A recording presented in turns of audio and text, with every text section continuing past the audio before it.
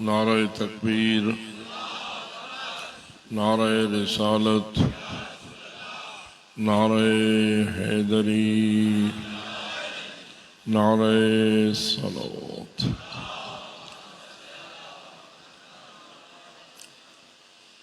शुक्र है उस रब्ब कायनात का जिसने हमें जिंदगी जैसी अजीम नेमत से नवाजा।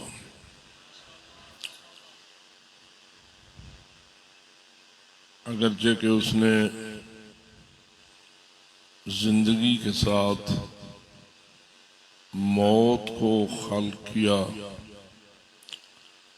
फिर भी शुक्र है कि उसने हमें वो जिंदगी अता फरमाई जिसके साथ मौत है, और ऐसी जिंदगी देने का वादा किया जिसके साथ मौत नहीं है।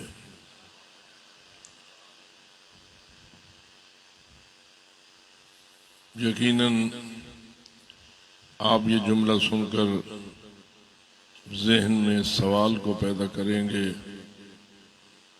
क्या दो जिंदगियां हैं?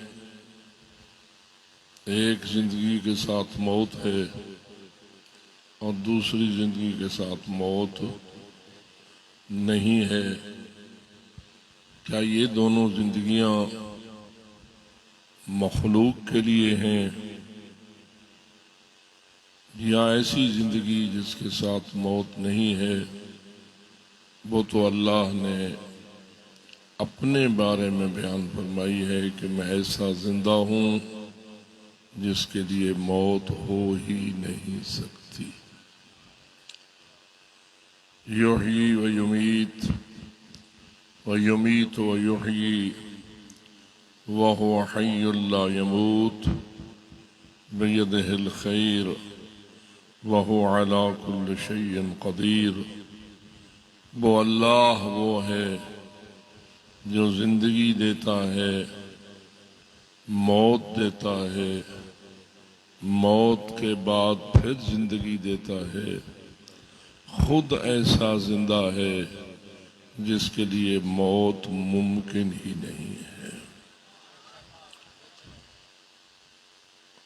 बियदिहिल खैर, खैर उसके दस्ते कुदरत में है, बल्कि उसके हाथ में खैर ही खैर है। वह अला कुल्लि शैइन कदीर, और वो हर शय पर कादिर है। जो अपने अल्लाह को इन सिफात वाला मानता है, बावाज़ बुलंद सलावत।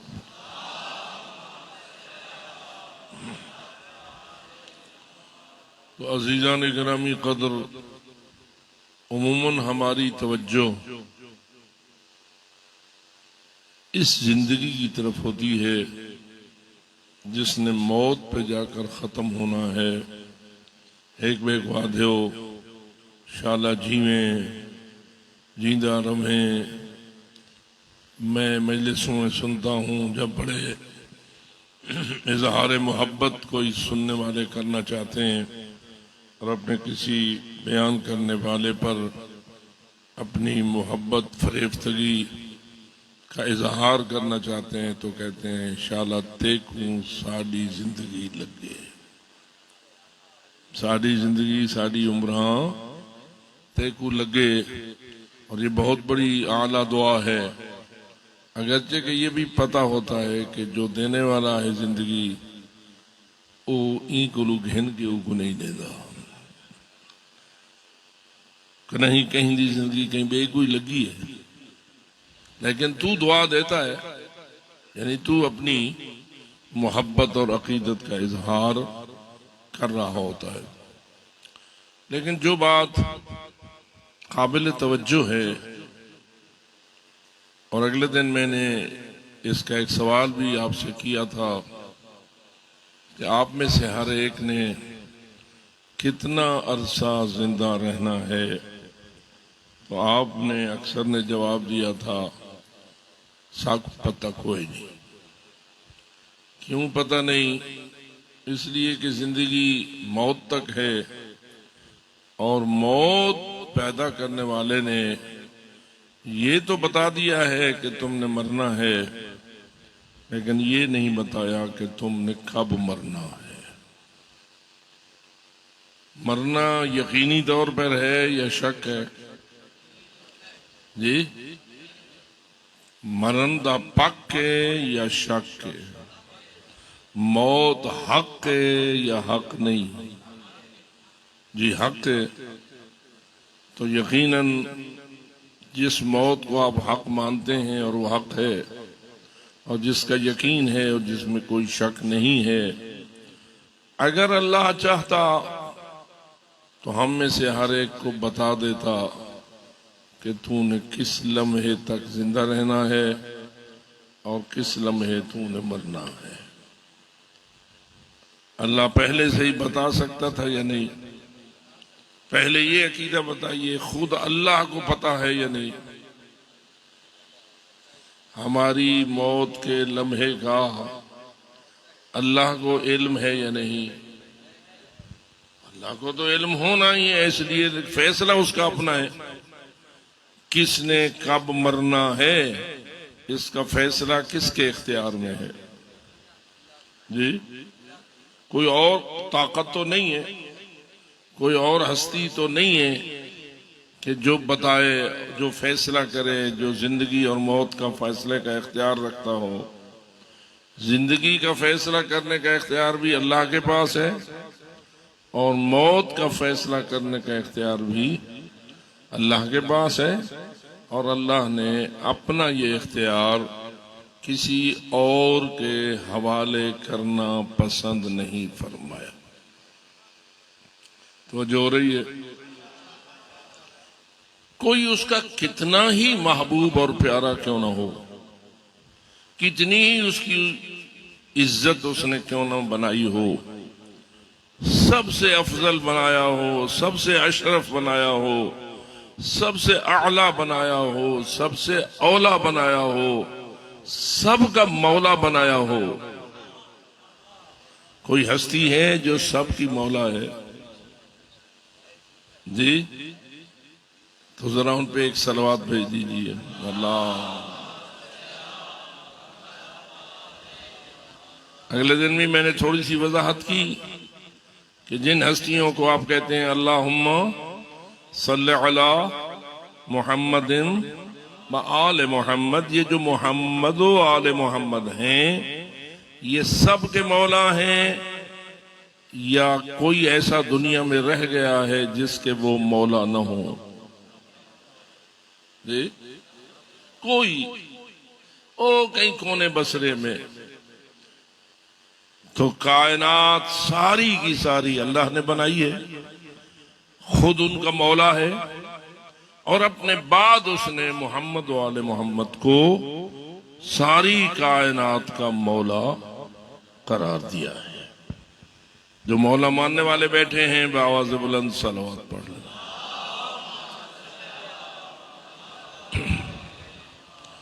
क्लियर और वाज़े अकीदा है और इसमें किसी किस्म की कोई तरमीम की गुंजाइश नहीं है। अगरचे के सारी कायनात भी एक तरफ खड़ी हो जाए और कहें कि मोहम्मद वाले मोहम्मद को सारी कायनात का मौला ना मानो, इनमें थोड़ा जा बिचू कुछ बंदे को कट छोड़ो, तो हम कहेंगे तुम सारे एक तरफ हो जाओ, हम अपने इस अकीदे पर डटे हुए हैं, इसी पे जिएंगे, इसी पे मरेंगे कि मोहम्मद वाले मोहम्मद सब के मौला हैं। नारे हैदरी। ये जो सब के मौला हैं कि अल्लाह ने इनको इख्तियार दे दिया है तेरी जिंदगी और तेरे मौत के फैसले को। थोड़ा जब मैं औखा सवाल कीते, जरा सोच के जवाब दे। बावाज़ बुलंद सलावत।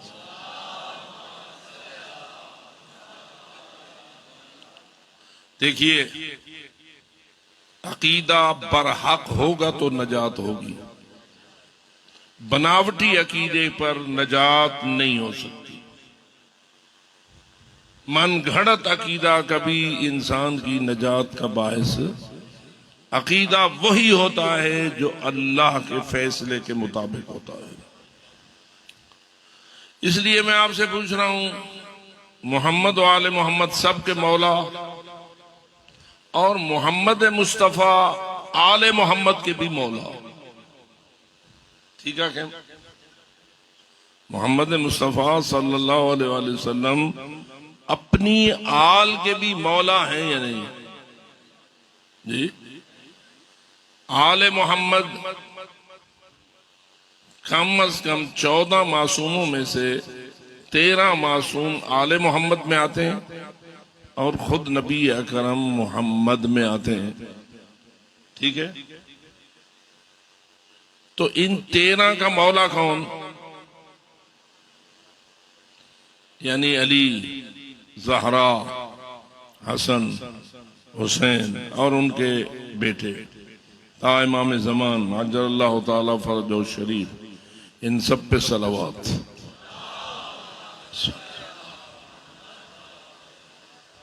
इन 13 हस्तियों का क्या रसूल अकरम भी मौला हैं या नहीं जी? क्या अली के भी मौला हैं? पाक रसूल अली मौला के भी मौला हैं? पक्के थे भाई, मतलब थोड़े कम जाए।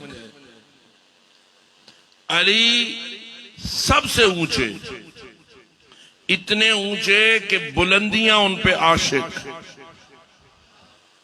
बल्कि मैं कहा करता हूं, अली का नाम भी अल्लाह ने चुन के अली रखा है, इसलिए कि अली का माना होता है बुलंद।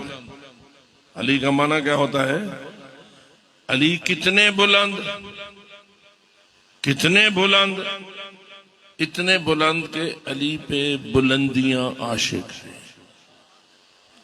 बुलंद थे, बुलंद हैं और बुलंद होते रहेंगे। वो वक्त कितना अजीब था जब मौला अली को रसूल अकरम ने अपने कंधों पे सवार किया हुआ था।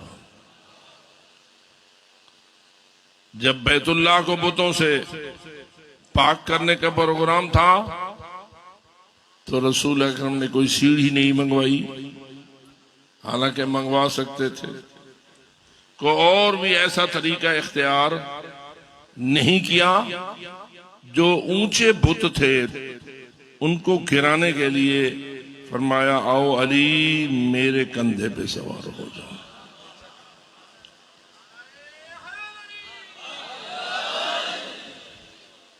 अली ने माजरत की या सवार हो गए? एक होता है ना मैं जी मौलाना साहब अपना बैग चाहिए वंदे हो ना, इन्होंने कोई अकीदतमंद मिले वो इन्होंने को बैग घेन से क्यों मुझसे चंगे नहीं लिख दे असा तो नौकर जो नाल वधे बैग असा चैसू तो या करने मैं चैसा नहीं साकू गुनाहगार न करो ये याद हो ना। तो मैं पूछता हूं भाई अब रसूल अकरम कह रहे हैं मौला अली को आप मेरे कंधे पे सवार हो जाएं, मौला अली को आखना तो चाहिए ये तो सा वड्डे मैं छोटा मैं कि मैं कंधे ते सवार हूं। लेकिन अली ने कोई ऐसी बात रसूल के कंधों पे अली सवार हो गए। जब हो गए इसको हम कहते हैं अल अम्रो फौकल अदब। जब हुक्म हो जाए फिर अदब नीचे रह जाता है। जब हुक्म हो जाए तो फिर अदब की जरूरत नहीं रहती, फिर हुक्म पर अमल करना पड़ता है। तो चूंकि मौला रसूल का अमर हो गया इसलिए अली मौला ने फिर ये नहीं कहा कि अदब का तकाजा कुछ और है, अब अमर पर अली हैदर करार ने अमल किया तो हजरत के शाने पर सवार हो गए। असल नुक्ता अगला चलता है, जब शाने पे सवार थे तो रसूल अकरम ने एक सवाल किया मौला अली से, या अली कितने बुलंद हो, या अली कितने बुलंद हो। मैं सोचता हूं रसूल पाक सैया पुछण दी लोड़ तो कह नहीं। ये बात तो बड़ी रोशन सी है कि जितनी जमीन से आपका कंधा बुलंद है अली उतने बुलंद हो गए। आपका कद अगर 6 फुट का है तो 5.5 फुट पे आपका कंधा है, तो अली जमीन से 5.5 फुट ऊपर हो गए। या इसी हिसाब से ये पूछने की क्या जरूरत है कि या अली कितने बुलंद हो। लेकिन सवालो जवाब हर जगह बेरमज नहीं होता, कहीं सवालो जवाब में रमज होती है और रमज वो जानता है जो जानता है। जो जवाब अली ने दिया इससे पता चलता है कि पूछने की रमज क्या थी और जवाब का मकसद क्या था। अब पूछा कि या अली कितने बुलंद हो, अब जरा खुद आप भी जायजा लेंगे अली के जवाब में। अली फरमाते हैं इतना बुलंद हूं चाहूं तो अर्श को पकड़ सकता हूं। नारे हैदरी हुसैनियत जिंदाबाद हुसैनियत यजीदियत यजीदियत अहल बैत दुश्मनात लानत बेशुमार आवाज़े बुलंद सलवात। असल अब यहां ये समझने में कामयाब हुए कि दरअसल कंधे पे उठाने की रमज ये थी कि पूरी कायनात को रसूल बताना चाहते थे कि अली कितना बुलंद है और कंधे पे सवार हो के कितना बुलंद है। लिहाजा बुलंदियों को फुटों मीटरों किलोमीटरों में नापना नहीं चाहिए, नापना चाहिए तो कलाम रसूल हैदर करार में नापना चाहिए। तो इसलिए फरमा रहे हैं इतना बुलंद हूं अगर चाहूं तो अर्श को पकड़ लूं। खैर तशरीफ ले गए खाना काबा की छत पर, वहां एक बुत था जिस बुत को बुत परस्तों ने इस तरीके से खाना काबा की मुंडेर पर लगाया हुआ था जैसे वो ऊपर से झांक कर देख रहा है। सुन बैठे हो, इमें सीधा नहीं बल्कि इमें थोड़ा जा इमें डिंगा है ताकि पता ही में लगे जे साडा जरा रब है ना उतू सकू तड़ेंदा बैठे और हमारी हर हरकत का जायजा ले रहा है। हाई तो बहुत, लेकिन उन्होंने लगाया ऐसा था कि थोड़ा सा वो आगे से झुका हुआ था ताकि बुत परस्त ये समझे कि वो हमारा जो रब है वो हमें बड़ा गौर से देख रहा है। सुनते बैठे हो। अब मौला रसूल अकरम ने फरमाया, या अली ईंदई सत्यानाश करो। वो मेखों से ठोंसा हुआ था, ये पक्कियां मेखा लाइया पता नहीं खुदा जरा मेखा का मोहताज होवे वो की हो जाए। खैर मौला अली ने उसे हिलाया, मेखें उखड़ी, उठाया, बैतुल्ला की जमीन पे फेंका, वो चूरा चूरा हो गया। रसूल अकरम मुस्कुराने लगे। फिर कहा, या अली अब नीचे उतर आओ। अब नीचे उतरने के लिए मौला अली ने क्या किया, चढ़ते हुए रसूल के कंधे पे चढ़ के चढ़े थे। उतरने के लिए क्या किया, तो रिवायत कहती है कि बैतुल्ला का जो परनाला है, जिन लोगों को जियारत नसीब हुई है उनके जहन में आ गया होगा, ये उच्चा है या झिक है। खाने काबा दा परनाला ऊंचा ऊंचा है ना। बज़ाहिर ऐसा है कि जैसे खाना काबा की बिल्डिंग आम 2 मंजिला बिल्डिंग जितनी ऊंची है, और वैसे भी खाना काबा की जमीन जो है वो खाना काबा के दरवाजे से भी काफी नीचे है, तो काफी बुलंद था। अली हैदर करनार ने परनाले से अपने आप को लटकाया और छलांग लगा दी, नीचे आ गए। अली मुस्कुरा रहे हैं। रसूल अकरम ने पूछा, आप क्यों मुस्कुरा रहे हैं? अली का जवाब, या रसूल अल्लाह, कितनी ऊंची जगह से मैंने छलांग लगाई है, मुझे कोई तकलीफ नहीं हुई, मैं आराम से नीचे आ गया हूं। अब रसूल का ये जवाब भी समझने का है। फरमाते हैं, या अली, जिसे अल्लाह की रहमत खाने काबा पे चढ़ाए और जिसे जिब्रील अमीन उतारे, उसे कैसे कोई तकलीफ हो सकती है? हाँ किया अली, समझ हो गई। तो अली बुलंद हैं। अली का नाम किसने रखा है? मेरा ख्याल अली अलैहि सवाल है, पता नहीं जवाब मुतवज्जे हैं या नहीं। अली का नाम किसने अली रखा है जी? अली दे बाबे रखे है या अली दे अल्लाह ने रखे है? समझ हो रही है।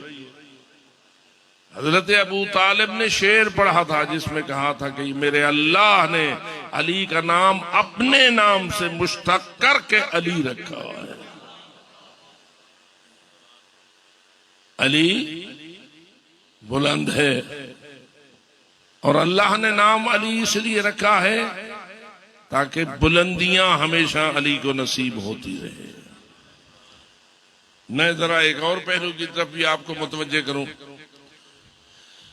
दुनिया में अली अली हैं या जन्नत में भी अली अली होंगे? प्रोग्राम जन्नत में रहे जी, वहां किसकी सरदारी होगी? हसनैन की। हसनैन पे किसकी सरदारी होगी? भुल्ले वे या नाल यकीन वे? इस दुनिया में भी हसनैन पे अली की सरदारी और जन्नत में भी हसनैन पर अली की सरदारी। अली पर किसकी सरदारी? मोहम्मद सब पे बावाज़ बुलंद सलावत। ये जो नाम अल्लाह ने मुंतखब किया था अली का, जिसका माना है बुलंद, आया जन्नत में भी अली बुलंद होंगे या नहीं जी? होंगे। ठड्डे दी वेंदे हो। क्या जन्नत में भी बुलंदियां अली को नसीब होती रहेंगी या बस जरा कोई मर्तबा है वो मिल गया अगू छुट्टी? क्या जन्नत में भी दराजात हैं? तो याद रख मेरे दोस्त, अल्लाह ने इन हस्तियों के बुलंदियों को रोकना नहीं है। अली यहां भी बुलंद हैं, बुलंद होते रहे हैं, जन्नत में भी बुलंद हैं और बुलंद होते कब तक, कितनी सदियां। अच्छा अपना प्रोग्राम पहले चलो सो तुसा जन्नत कितनी साल वास्ते वेसो, हमेशा कितनी साल का होंगे, जिंदी कोई हद वाली जन्नत रह रह के थक तो ना पहुंचो। जिमें कई बंदे दुनिया थक पौंदे, अल्लाह सैया हुण मैं थक पिया, थक पहुंचो। तो इसका जवाब यह है जहां थकावट हो उसे जन्नत नहीं कहते। या अली तो जन्नत में आपने कितना अरसे के लिए रहना है, हमेशा। अब जरा इस नुक्ते पे देख, ये जिंदगी तो मौत पे खत्म हो जाएगी, वहां जिंदगी आखिरत में मिलेगी या नहीं, यानी तूने दोबारा भी जिंदा होना है या नहीं होना है जी, सारे या कहीं कहीं जी, सारे मोमना या सारे काफरा भी। खोल खोल के गाली में से करें ना जो कहीं मेरे वक्त को धोखा न दे सके। दूसरी जिंदगी जो मिलनी है अल्लाह ने बताई है और यकीनन फरमाई है कि उसने तुम्हें इन्ना नहनु नुह्यिल मौता, हमने तमाम मुर्दों को दोबारा जिंदा करना है। जो मरते हैं चार किस्में हो सकती हैं उनकी, या मोमिन या काफिर या मुशरिक या मुनाफिक। सुनते बैठे हो, मोमिन, काफिर, मुशरिक और मुनाफिक, इन चारों को मलकुल मौत पहचान लेता है या भूलवे नहीं। मौत का फरिश्ता आता है ना, उसने रूह कब्ज करनी है। अब वो जो रूह कब्ज करने वाला है, क्या उसे पता चल जाता है ये मोमिन रूह है, ये काफिर है, ये मुशरिक है और ये मुनाफिक है? को मलकुल मौत को पता लग दे यही में भोला भाला है? बोलो, पता है? इसका मतलब ये हुआ कि मलकुल मौत अंदर से जान लेता है। अगर अंदर हुब्बे अली है तो मोमिन है, और अगर अंदर बुग़्ज़े अली है तो काफिर है, मुशरिक है, मुनाफिक है। और उससे मलकुल मौत की कोई मोहब्बत नहीं है। बल जो मर्जी आंदी है मलकुल मौत दी वो उन मुनाफिका नाल करेंगे। कुरान कहता है कि कुछ ऐसे मरने वाले होते हैं कि फरिश्ते जब उनकी रूह कब्ज कर रहे होते हैं तो यज़रिबून वुजूहहुम, उनके चेहरों पर थप्पड़ मार रहे होते हैं या कोड़े मार रहे होते हैं। सुनते बैठे हो? यानी मरदे वेले सारे हिक्को जाए नहीं मरदे। कईयों का मलाइका इस्तिकबाल करके फूल पवा के गिदी वेंदे होंदे, और कईयों को मलाइका इस तरह कोड़े मार रहे होते हैं जिस तरह छापा मार पुलिस मुजरिम को पकड़ेंदी वेंदी है ते मारन शुरू कर देंदी है। इसलिए कि मलाइका जानते हैं कि अब हम इन मुजरिमों को पकड़ने जा रहे हैं। और जो अली से बोझ रखे उससे बढ़कर और मुजरिम होता कौन है? इसलिए कि जितने मुहिब हैं मलाइका अली के, उतने ही अली के दुश्मन का हर फरिश्ता दुश्मन है। तो हडी वाली कोई मजबूरी होवेंदी होसी कि कई दुश्मन अली नाल तुसा ज्यादा सख्ती न करो, चाह पानी पिला छोड़ो, जरूरत का तकाजा है, करेंदे हो या नहीं करेंदे? दुश्मन अली के साथ तू तो फिर भी कोई ना कोई नरमी कर लेता है, लेकिन जब आता है मलकुल मौत तो उसके पास नरमी की कोई गुंजाइश नहीं। तो मेरे अजीजान गिरामी कद्र, 4 किस्में हो गई। त्री को पलक दिन खले ते एक वेंदा है इस्तिकबाल दे नाल, नारे हैदरी। तो जो रहे मेरे अजीज मेहरबानों, अब ये मलाइका हैं, अल्लाह के हुक्म के पाबंद हैं। ये फ़अलून मा युमरून ला यस्बिकूनहु बिलक़ौल वहुम बिअम्रिही यअमलून। वो कभी अल्लाह के हुक्म की नाफरमानी नहीं करते, वही कुछ करते हैं जिसका उन्हें अपने रब की तरफ से अम्र होता है। तो जो हो गई। अब ये दूसरी जिंदगी इन 4 किस्मों में से किस किस को मिलनी है? 4 किस्मों में दस हो यहाँ वाल दो रावा। मोमिन मरना, मुनाफिक मरना, काफिर मरना, मुशरिक मरना। मरने वाला या मोमिन या मुनाफिक या काफिर या मुशरिक। ये बता, ये चारों किस्में आखिरत में दोबारा जिंदगी पाएंगी या फकत मोमिन दूसरी जिंदगी पाएंगे? बैठे हो, ये काम कर रहा है। मजलिस में फकत कान लेके ना आया करो, कान के साथ साथ अपने दिमाग और फिक्र और अक्ल को साथ रखा करो। कान फकत मशीन का होता है, टेप रिकॉर्डर सुने दे अगू समझ कैसे नहीं आती। इसलिए मैं कहता हूं तुम टेप रिकॉर्डर या मोबाइल बंद कर न सुनो, तुम इंसान और मोमिन बन के सुनो।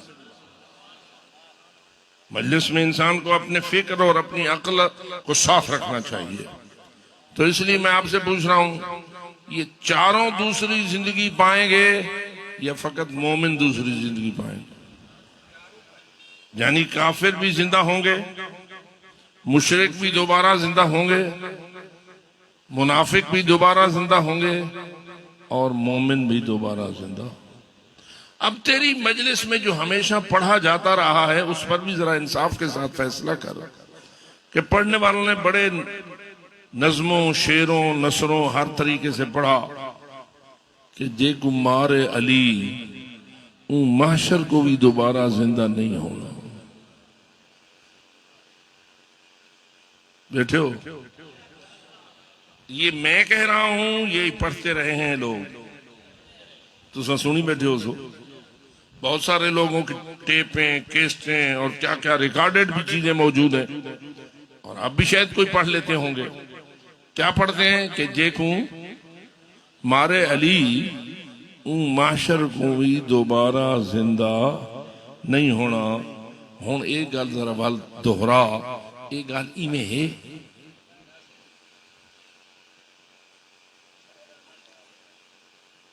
क्या अली ने कुछ काफिर, कुछ मुशरिक, कुछ मुनाफिक मारे थे या नहीं?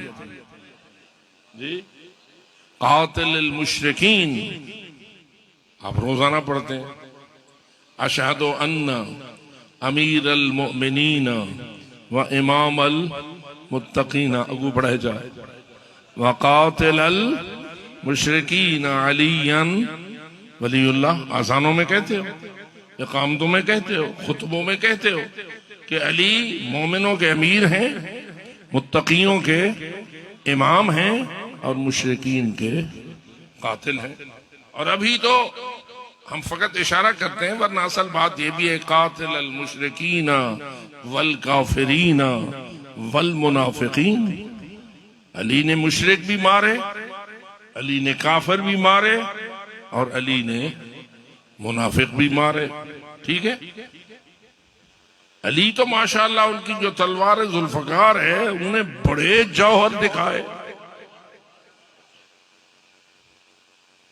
तूने खुद हमेशा कहा कुव्वते परवरदिगार शाह मर्दां शेर यज़दां, कुव्वते परवरदिगार ला फता इल्ला अली ला सैफ इल्ला जुल्फकार। नाराए हैदरी, हुसैनियत, हुसैनियत, यजीदियत यजीदियत अहल बैत दुश्मनात लानत बाबा दे बुलंदर सलवात अल्लाहुम्मा सल्ली अला मुहम्मद। अब 4 मरने वाले मैंने तुझे बयान किए, 1 मोमिन और 3 काफिर, मुशरिक और मुनाफिक। मैं फिर दोहरा रहा हूं, चारों ही दोबारा माशर में जिंदा होंगे या फकत मोमिन? जी, चारों। जिनको अली ने मारा था वो क्या थे? या मुनाफिक, या मुशरिक, या काफिर। मोमिन को तो अली मारता ही नहीं, ठीक है?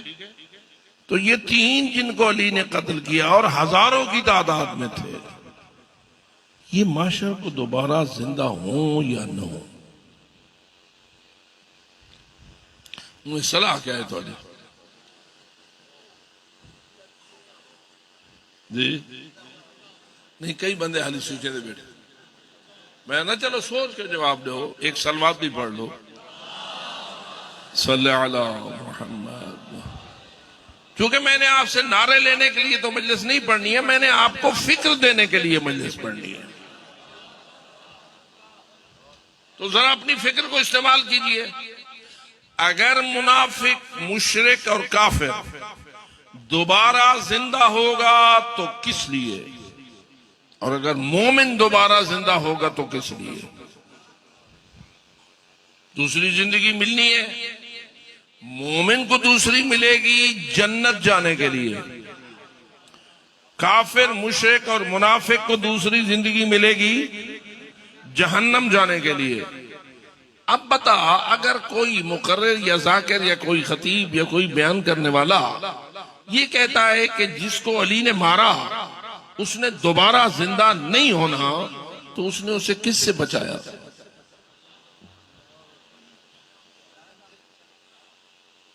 अगर वो जिंदा होता तो कहां जाता? जहन्नम में। अगर जिंदा ना हुआ तो किससे बच गया? अच्छा, जरा थोड़ा सा मेरे साथ और जहमत कीजिए। मरहब को किसने मारा? कच्ची गाल है या पक्की है? कहां मारा? हमें थोड़ा इम्तिहानी गिनना, ये मरहब कितना मारा है मौला ने? किस जंग में? जंग खैबर में। कौन था ये? यहूदी था, बल्कि यहूदियों का भी सरदार था। खैबर का किला किन का था? यहूदियों का था। हजरत की जंग खैबर में किन के साथ आई थी? यहूदियों थे। मरहब किन का सरदार था? यहूदियों का। यहूदी काफिर होता है या मोमिन? काफिर, ठीक है। क़ालतिल यहूद उज़ैर इब्नुल्लाह। कुरान कहता है यहूदियों का अकीदा यह हुआ था कि हजरत उज़ैर अल्लाह का बेटा है। हजरत उज़ैर अल्लाह के नबी थे, लेकिन यहूदियों ने उन्हें क्या मान लिया? अल्लाह का बेटा। तू अल्लाह के बारे में क्या अकीदा रखता है? लम यलिद वलम यूलद। है तुम्हारा अकीदा यही या नहीं? कुल हुवल्लाहु अहद अल्लाहुस समद। आगे पढ़ो। लम यलिद वलम यूलद। ना उसका कोई बेटा, ना वो किसी का बेटा, ना वो किसी की औलाद, ना उसकी कोई औलाद। हर किस्म की औलाद से भी पाक और मां बाप से भी। ये हमारा अल्लाह है। लेकिन यहूदी क्या कह रहे थे कि उज़ैर किसका बेटा है? ईसाइयों ने कहा कि हजरत ईसा अल्लाह का बेटा। यहूदियों ने क्या कहा कि हजरत उज़ैर अल्लाह का बेटा। इस वक्त तुझे ज्यादा तंग ईसाई कर रहे हैं या यहूदी? ये जो इसराइल का चक्कर चला हुआ है, तो इसराइली कौन है? यहूदी हैं। तो यहूदियों मुसलमानों के दोस्त हैं या दुश्मन है? मोमनों के दोस्त हैं या दुश्मन है? दुश्मन है। उस जमाने में दुश्मन थे। उनका सरदार खैबर के किले का सरदार मरहब था। मरहब को किसने मारा? सच्ची गाल, मौला अली ने मरहब को मारा। मरहब को मारते हुए अली को कितनी देर लगी? इनमें दो चार पांच दिहाड़े थे, लड़ते रहे उसे। भाई वो दूसरे लोग थे जो आते थे और तशरीफ ले जाते थे, लेकिन जब ये मरहब अली के मुकाबले में आया, तलवार उठी, गिरी और मरहब दो टुकड़े हो गए, जमीन पे गिर गया। ठीक है, एक लम्हे में अली ने उसे कत्ल कर दिया। सच्ची बात है या नहीं?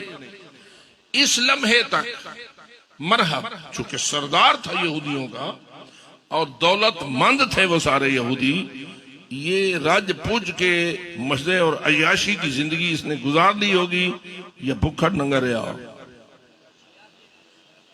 सरदार जो था यहूदियों का और था भी जंगजू, फलते बदामी पीनो सी, सुनते बैठे हो, ताकतवर ग़िज़ाएं खाता होगा या नहीं, कसरतें भी करता होगा या नहीं, खूब पहलवानी करता होगा या नहीं, तो इसकी ताकत, इसकी खाने, इसके पीने, इसका सारा सिस्टम इंतहाई आला किस्म का होगा। और दुनिया की जितनी अच्छी सी अच्छी ग़िज़ाएं इसको मुयस्सर थी, को भूखा नंगा गरीब तो था नहीं, तो इसने दौलतमंद रहकर जिंदगी गुजारी। अभी इसकी जिंदगी का एक लम्हा ऐसा आया कि ये अमीर अमीर ही मारा गया, अमीर हालत में मारा गया।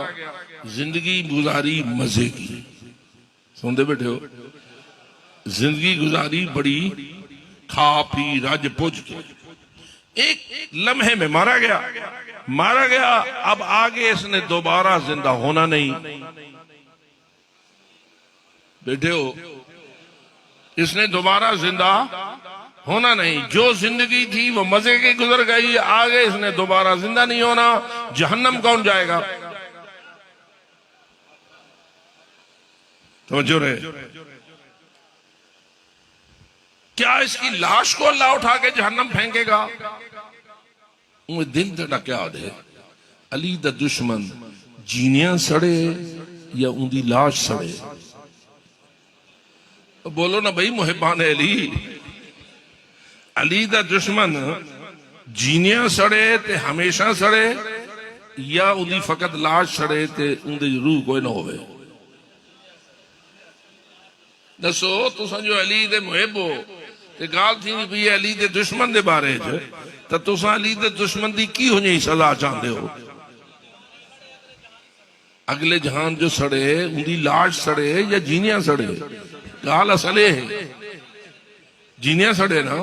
तो क्यों तू इस बहस में उलझ गया है? और किसी बेवकूफ के कहने से किसी ने ये कह लिया है कि दोबारा जिसको अली मारे उसने दोबारा जिंदा नहीं होना। नहीं, हक ये है, अली का दुश्मन हतमन दोबारा जिंदा किया जाएगा और हमेशा की जहन्नम में जिंदा जलने के लिए जिंदा किया जाएगा।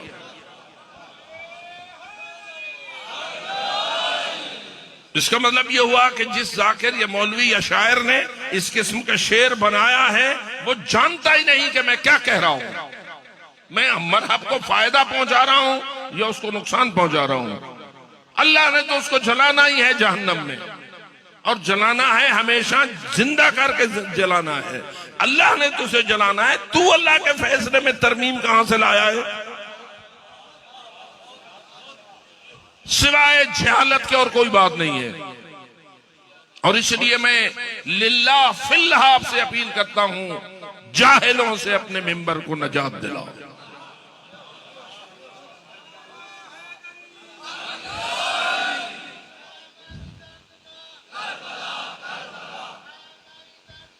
करबला करबला,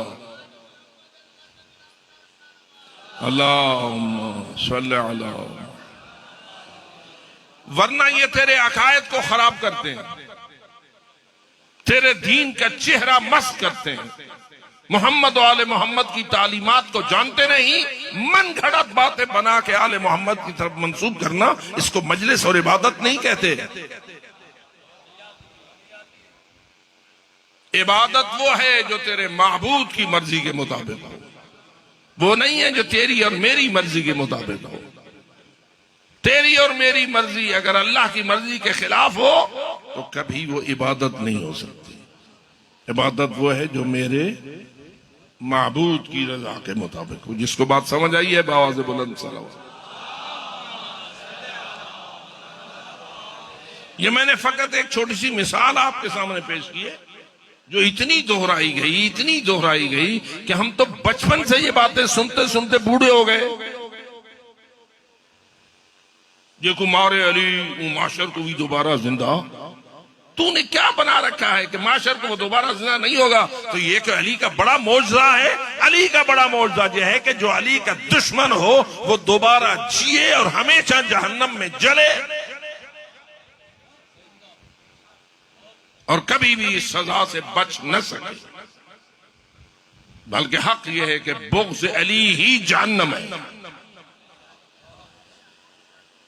इसलिए मेरे मोहतरम दोस्त, अपने मिंबर की हिफाजत कर और वहां आ जहां तेरे अकायद की सही हिफाजत की जाए। बनावटें तेरे दीन में बनाना कभी जायज नहीं। हमेशा के लिए हमने दोबारा जिंदा होना है या नहीं? मौत आनी है या नहीं? दोबारा जिंदा होना है या नहीं? कितने अरसे के लिए? हमेशा के लिए। ठीक है, हमेशा के लिए जिंदा होना है तो आपकी कितनी जिंदगियां हो गई? दो। एक हो गई ये और एक हो गई ये। तो हमारी है, वो किसकी है? वो जिंदगी भी तेरी अपनी है या किसी और की है? ये जिंदगी भी मेरी, वो जिंदगी भी मेरी। ये जिंदगी भी तेरी, वो जिंदगी भी तेरी। जिंदगी भी तुझे मिली, मौत भी तुझे मिलेगी, दूसरी जिंदगी भी तुझे मिलेगी। लेकिन या अल्लाह, तूने जिंदगी एक ही क्यों नहीं बना दी?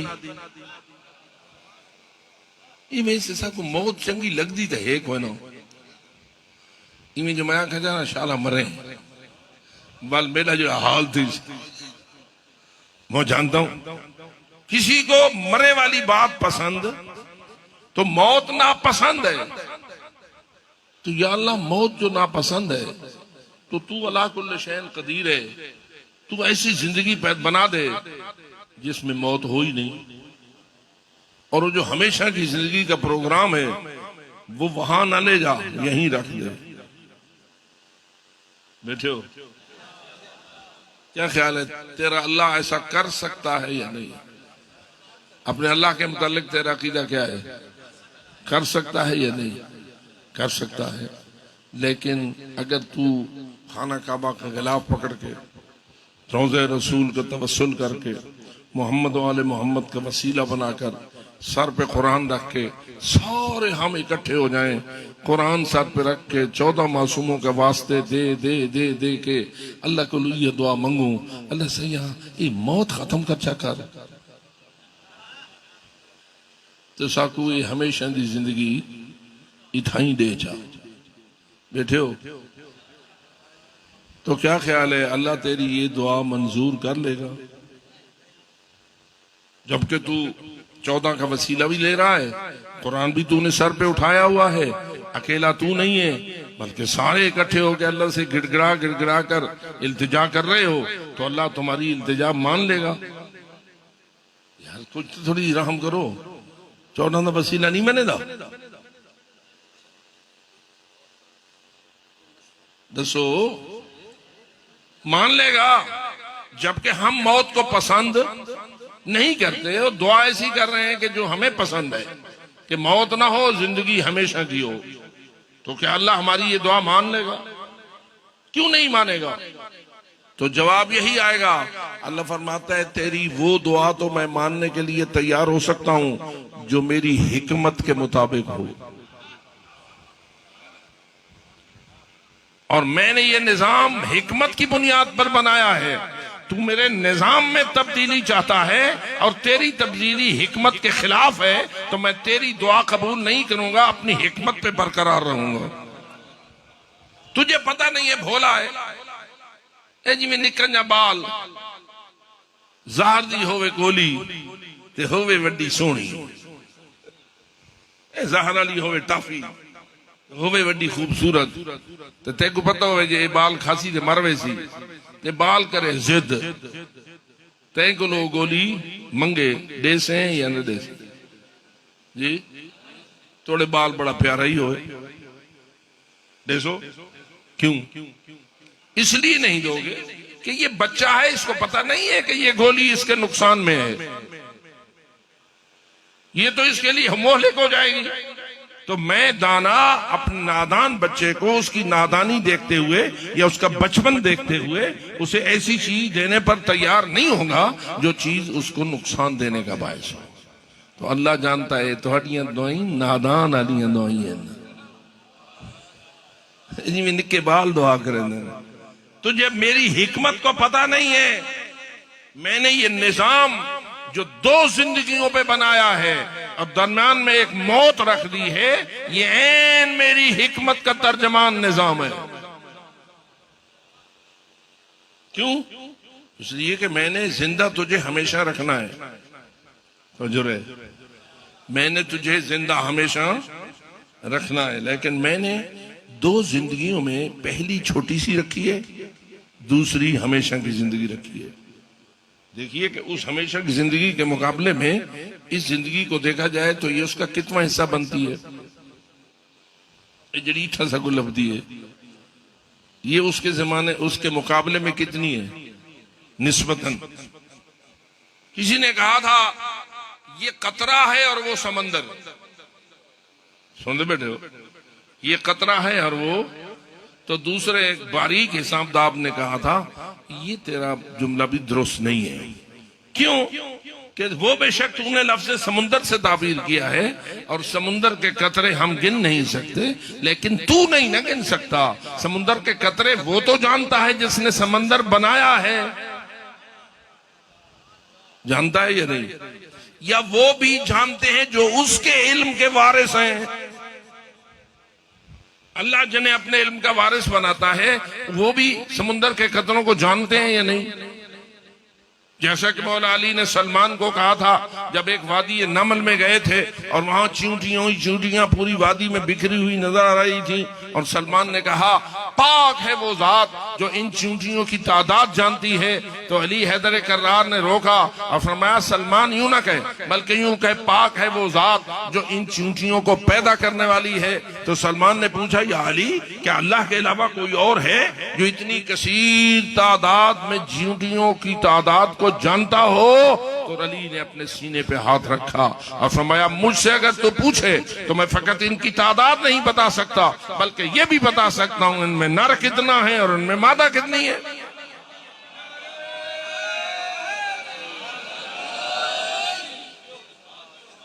तो इसलिए याद रख, समंदर की तादाद तू और मैं न जाने तो न जाने इसलिए कि हमारे इल्म की हैसियत यही कुछ है, लेकिन मौला अली और मौला अली को अली बनाने वाला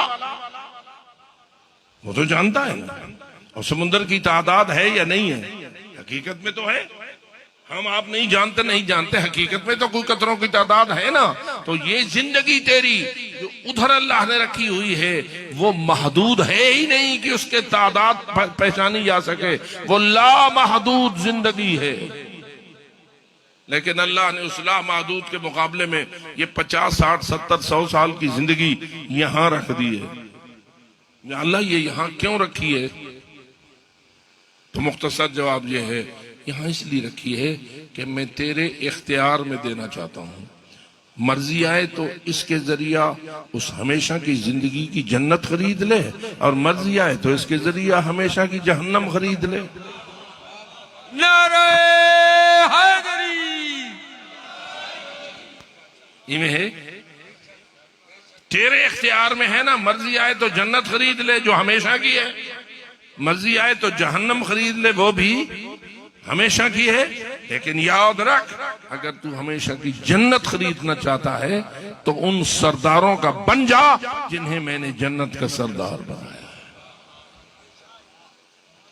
अगर तेरे दिल में मोहम्मद और आले मोहम्मद की मोहब्बत रच और बस गई और तूने वो पसंद किया जो ये हस्तियां पसंद करती हैं और उसे नापसंद किया जिसे ये हस्तियां नापसंद करती हैं, उनकी पसंद के मुताबिक तूने जिंदगी गुजारी और उनकी नापसंद से दूर रहा, तो मेरा तुझसे वादा है कि तुझे मोहम्मद और आले मोहम्मद के साथ हमेशा की जन्नत अता कर दूंगा। लेकिन थोड़ी सी अपने आप को पाबंद करने वाली जिंदगी यहां निभानी होगी या आजाद होकर जिंदगी गुजारेगा? ये दुनिया की जिंदगी मोहम्मद और आले मोहम्मद के फरमान का पाबंद बनेगा या उस फरमान से भी आजाद? जी, अब अगर तू मौला अली के साथ सफर कर रहा हो या इम्मे हुदा के साथ सफर कर रहा हो और मौला अली नमाज का टाइम आ जाए और उनका काफिला रुक जाए और वो नमाज पढ़ने के लिए सफे बनाए, तो तू क्या करेगा? जरा गौर लाल, इमाम हुसैन अलैहिस्सलाम ने सफर किया मदीना से मक्का, मक्का से करबला तक। पहले कूफा का रुख किया, फिर हालात ऐसे पैदा हुए हज़रत ने कूफा से करबला को रुख मोड़ दिया और ये मदीना से करबला का सफर मौला इमाम हुसैन ने अकेला किया या साथ साथी थे? खानदान भी था, अहलो अयाल भी थे, बहनें बेटियां भी थी, पर्दादार भी थी, कनीजें भी थी, गुलाम भी थे, मोमिन भी थे ना, कारवान भरा हुआ था। अब जब ये कारवान चलता था और नमाज का वक्त आता था तो ये कारवान चलता ही चलता रहता था या नमाज के लिए रुकता था? रुकता था, वुजू होता था, नमाज होती थी, जमात होती थी। कौन कराते थे? खुद मौला जो साथ थे, तो जमात कौन कराते थे? मौला ही कराते थे। और पीछे सारे पढ़ते थे या कोई कोई पढ़ता था? नहीं, कई बंदे तो हुक्के शुक्के वास्ते उठी वेंदे होसे, नाराज देने में थे। कई बंदे होंगे नहीं, तुसा नमाज पढ़ के असा हुक्का पीती हो। याद रख, अली का तू अगर मोमिन और गुलाम है और अली नमाज पढ़ रहा है, तू हुक्का पी रहा है, तो तू कहां अली का गुलाम है?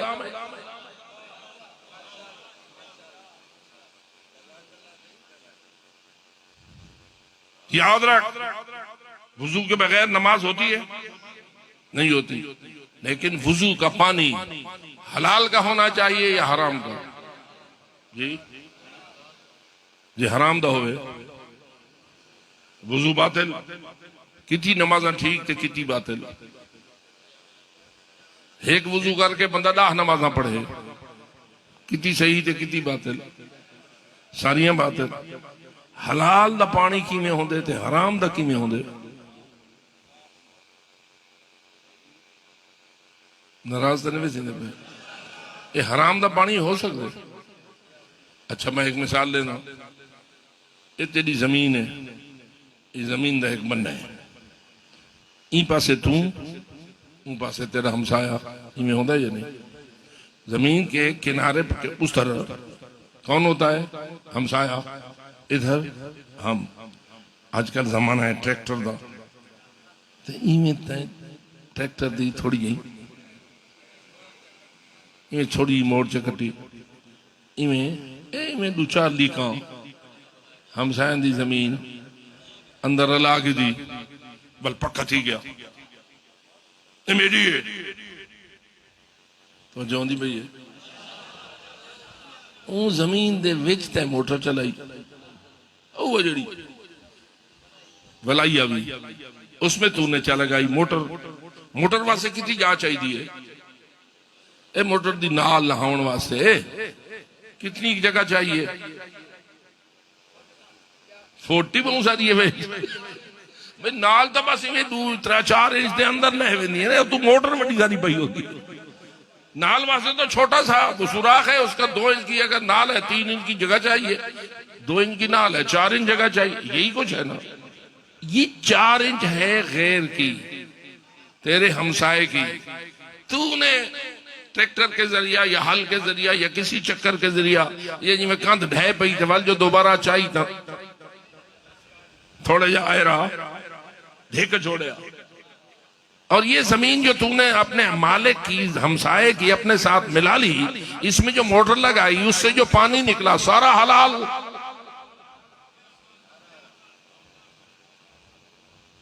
मेरे ख्याल नाराज ही थी मन लग पे उससे।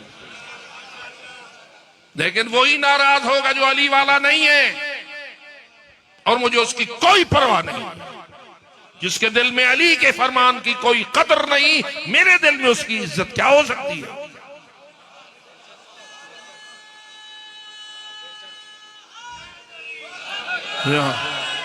इसलिए सच बता, वो जो पानी निकलेगा उस 3-4 इंच वाले टुकड़े से नाल उसमें उतरी, जमीन पर आई थी, पानी सारा हलाल।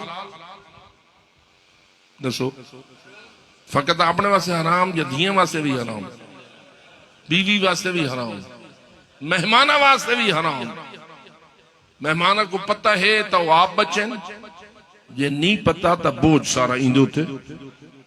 क़यामत को तो इसने जवाब देना है ना कि तूने मेहमान को हराम पानी पिलाया, हराम खिलाया। जवाब दे। पूरे घर का बेड़ा इबादत का गर्क किया तुमने एक छोटी सी लालच की वजह से।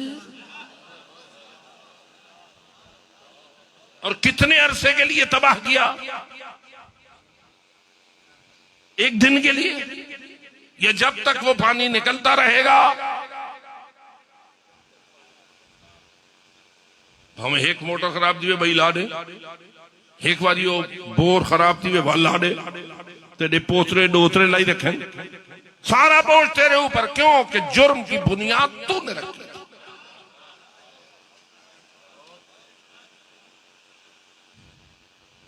अगर आप नाराज न हो, फकत वुजू बातिल होता है या गुस्ल भी बातिल होता है?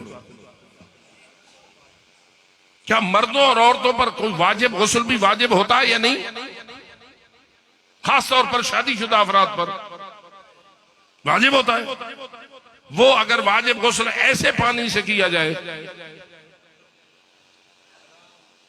होगा सही, और अगर वो सही ना होगा तो बता तू मस्जिद में जाने के लायक हो जाएगा?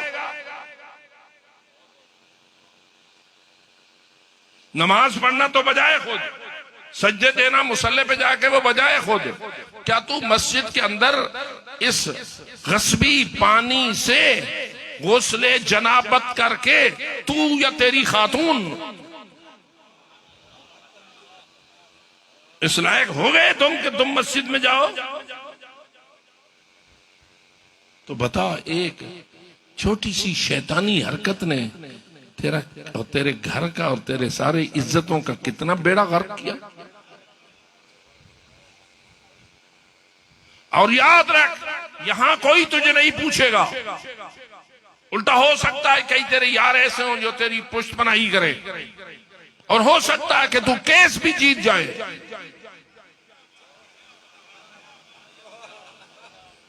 पता नहीं गल समझेंदे पे हो या नहीं।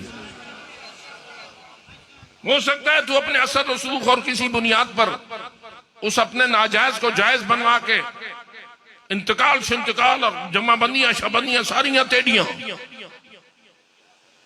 लेकिन याद रख, उस अल्लाह को तू धोखा नहीं दे सकता, और ना अल्लाह के नुमाइंदों रसूल और इमाम और अपने औलिया को तू धोखा दे सकता है। वहां तो मैं यअमल मिस्काल ज़र्रतिन खैरन यरा व मैं यअमल मिस्काल ज़र्रतिन शर्रन यरा। वहां तो जर्रा जर्रा नोट होकर तेरे सामने आ जाएगा। माले हादल खिताब ला युगादिरु सगीरतन वला कबीरतन इल्ला अहसाहा। जब नामा अमाल मेरे और तेरे सामने आएगा तो पुकार के हर शख्स रो के कहेगा, ये कैसी किताब तूने मेरे सामने रख दी जिसने कोई जर्रा से जर्रा अमल भी नहीं छोड़ा। हर चीज खुली किताब की तरह मेरे सामने रख दी। और याद रख, उस वक्त अगर तू चाहेगा कि अली हैदर कर्रार तेरी सिफारिश को पहुंचे तो नहीं पहुंचेगा। अली कहेगा जब तक तू जिंदा था उस वक्त तक मैं तुझे याद क्यों ना था? तू दुनिया की मोहब्बत में इतना गर्क हो गया और शैतान का इतना चेला बन गया कि तूने हर एक की इबादत को तबाह किया। अब तू कहता है कि मैं तेरी शफाअत करूं? तू मेरा लगता क्या है? तू जा दुनिया का बंदा है। तेरा ताल्लुक जमीन के चंद टुकड़ों से, तेरे दिल में जमीनें बसती थी, तेरे दिल में अगर मैं बसता होता तो तू हलाल और हराम की पाबंदी करता। तो क्या ख्याल है, तौबा जिंदगी में करनी चाहिए या टाल देनी चाहिए? मरने के बाद भी कोई तौबा हो सकती है? जब हमारा फूका निकल जाता है और हम मर जाते हैं तो वहां जाकर हम अल्लाह से तौबा करें, अल्लाह से यहाँ मेरे को माफ कर दे, मैं नमाज़ा पढ़ता हूं।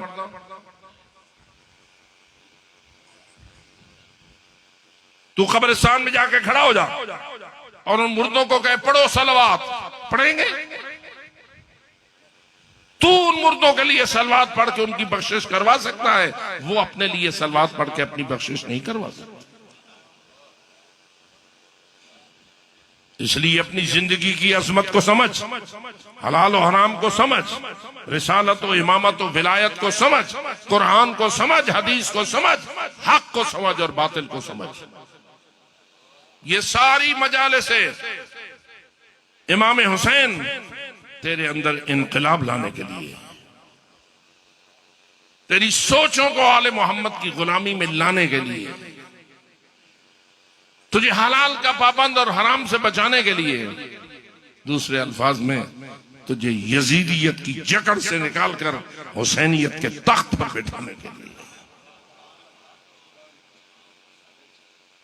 क्योंकि यजीदियत सरापा बुराई है और हुसैनियत सरापा नेकी। हुसैनियत नाम है मोहम्मद और आले मोहम्मद की इताअत पर जीने और मरने का, और यजीदियत नाम है मोहम्मद और आले मोहम्मद की दुश्मनी के लिए जीने और मरने का। क्या ख्याल है, आले मोहम्मद के दुश्मनों ने अपनी पूरी जतन किए, लेकिन मेरे लाखों हजारों सलाम उन बीबियों को जिन्होंने अपने पर्दे कुर्बान कर दिए लेकिन हमारे लिए हलाल और हराम को जिंदा रखा। जरा बता वो वक्त कितना सख्त था जब अली की बेटी को इब्न ज़ियाद के दरबार में कैदी बना के पेश किया जा रहा था। हम तो चूंकि रोज सुन लेते हैं तो हमारे दिल को उतना सदमा नहीं होता, लेकिन जरा पूछ उस ज़हरा जाई के अपने दिल से कि उसके कल्ब की क्या हालत होगी जब उसी दरबार में जो उसके बाबा का दरबार था, वही दरबार जिसमें अली हुक्मरानी करके बैठे होते थे और जिसमें ज़ैनब कुबरा शहजादी के तौर पर होती थी, आज वो दिन आ गया कि दुश्मन अली इब्न ज़ियाद है, वो तख्त पर बैठा है और दुख्तर अली बमाए अपनी तमाम इज्जतों के रस्सियों में जकड़ी हुई कैदी बना के पेश की जा रही है। दखलत ज़ैनब वकानत फी अर्दल ज़ियाबिहा, रिवायत कहती है ज़हरा जाई को जलाया गया तो बीबी ने अपना लिबास इंतहाई मामूली पहना हुआ, जिससे मुझे ये समझ आती है कि भाई ने अपनी शहादत के लिए लिबास पहना था तो बहन ने अपनी कैद के लिए लिबास पहना। भाई ने कहा था इतनी में सौबिन अतीक, यानी मैं शहीद होने जा रहा हूं, बहन मेरा कोई पुराना तरीन लिबास मुझे ढूंढ।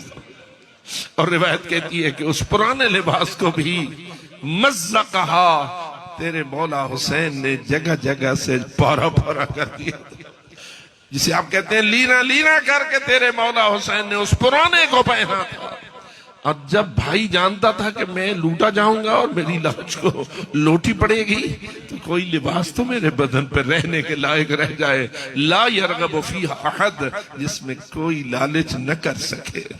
जरा बहन से पूछ, बहन भी तो जानती है कि मुझे कैदी किया जा रहा है, बहन भी तो जानती है मुझे इन दरिंदों के दरबार में पेश किया जाना है। इसलिए गोया रिवायत का मतलब यही बनता है कि बीबी ने अपना इंतहाई घटिया तरीन लिबास पहना।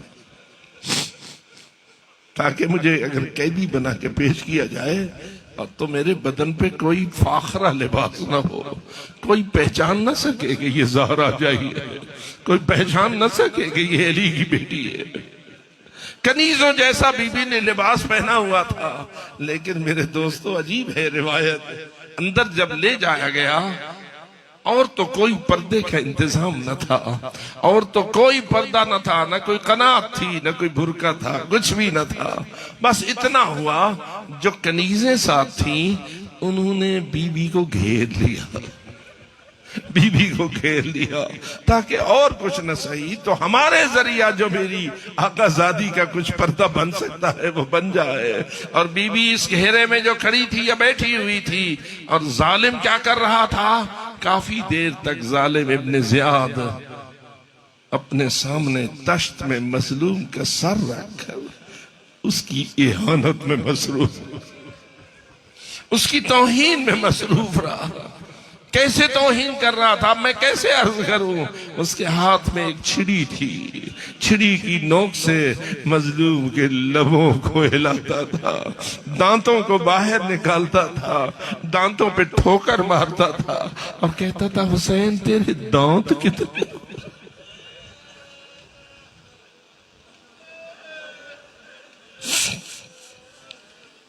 रिवायत इस अमर की शाहिद है, जब उस खबीस ने ये तौहीन आमेज और इहानत वाली हरकतें शुरू कर रखी थी तो मजमा भरा हुआ था।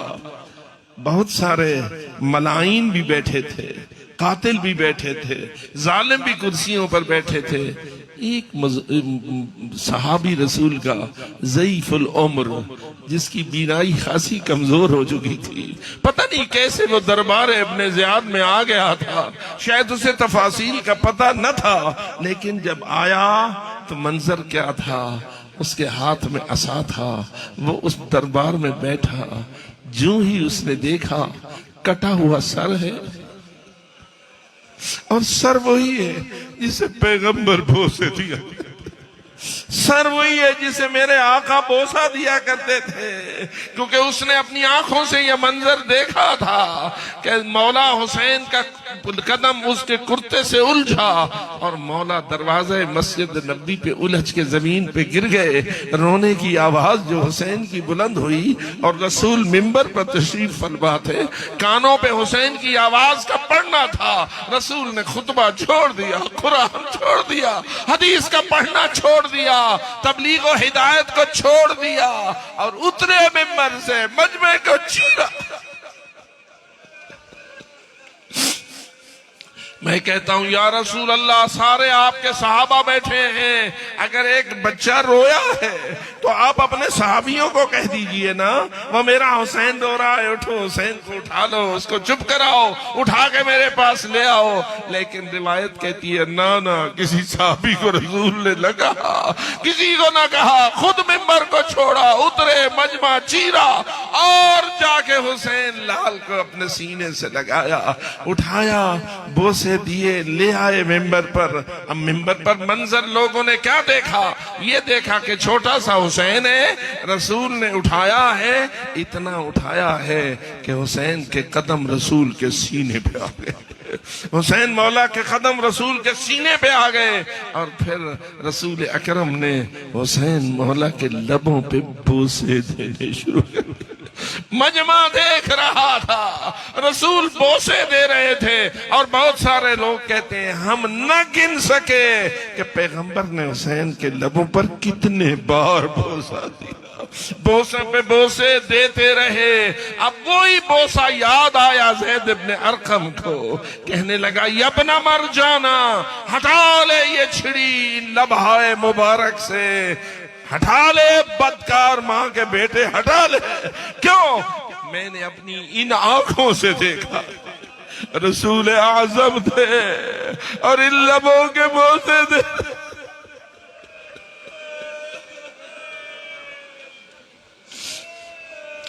बोसे देते देते थकते न थे। इब्ने ज़ियाद मलून मुतवज्जे हुआ बूढ़े की तरफ। जब मुतवज्जे हुआ कि कुछ कह रहा है, कहने लगा ये कौन है, क्या कह रहा है।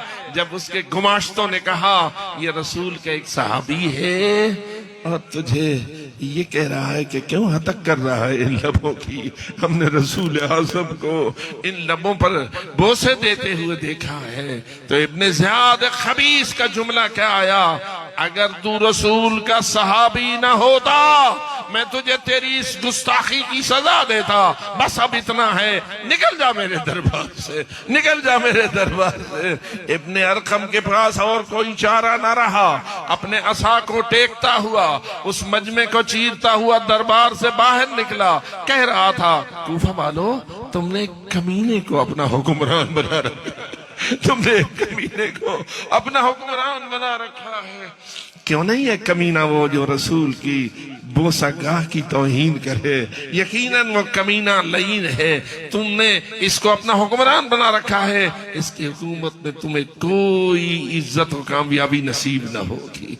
मैं इतना कह के मजलिस को खत्म करूं, इब्ने अरकम तेरी किस्मत फिर भी अच्छी थी। तू सहाबी होने के नाते से दरबार छोड़ने पर इख्तियार दे दिया गया और तू चला गया। लेकिन बता, तेरा दिल ज्यादा जल रहा है या रसूल की बेटी का दिल ज्यादा? बता, तेरे दिल में ज्यादा मोहब्बत और इज्जत है मौला हुसैन की या बिनते ज़हरा के दिल में ज्यादा इज्जत है मौला हुसैन की? अब बता, तू बर्दाश्त नहीं कर सकता तो वो रस्सियों में जकड़ी हुई कैसे बर्दाश्त करे? वो कैदी बीबी कैसे बर्दाश्त करे? और वो जाए तो किधर जाए? और यही वजह है बीबी को बोलना पड़ गया, लेकिन उस बख्त ने बीबी से ऐसी गुफ्तगू शुरू कर दी जिससे बीबी ने रोना शुरू कर दिया। अब कहती थी, कम तहतिक उम्मती बैन मन यअरिफुहा व बैन मन ला यअरिफुहा। लेकिन हाय हाय मेरे अजीज दोस्तों, जब इमाम सज्जाद ने भी इस पे एक्शन लिया और रोका इब्ने ज़ियाद को, तो कहने लगा, तू कौन है? कहा, मैं अली का, हुसैन का बेटा अली हूँ। क्या अली करबला में अल्लाह ने मार नहीं डाला? हजरत ज़ैनुल आबिदीन ने कहा, मेरा एक भाई था, उनका नाम भी अली था, जो वहां शहीद हुए। लेकिन जब उसे तुर्की ब तुर्की जवाब मिला, वो कहने लगा, अच्छा अभी तक तुम्हारे अंदर ये जुर्रत मौजूद है कि हमारा जवाब देते हो? उठो जल्ला, इस बीमार का भी सर कलम कर दो। बस अज़ादारो, जल्लाद उठा, इधर से जल्लाद उठा, इधर से ज़ैनब कुबरा उठी। और जल्लाद के पहुंचने से पहले रसूल की बेटी सज्जाद की गर्दन पे गर्दन रख चुकी थी और फरमा रही थी, अगर मेरे बेटे को कत्ल करना है पहले मुझे।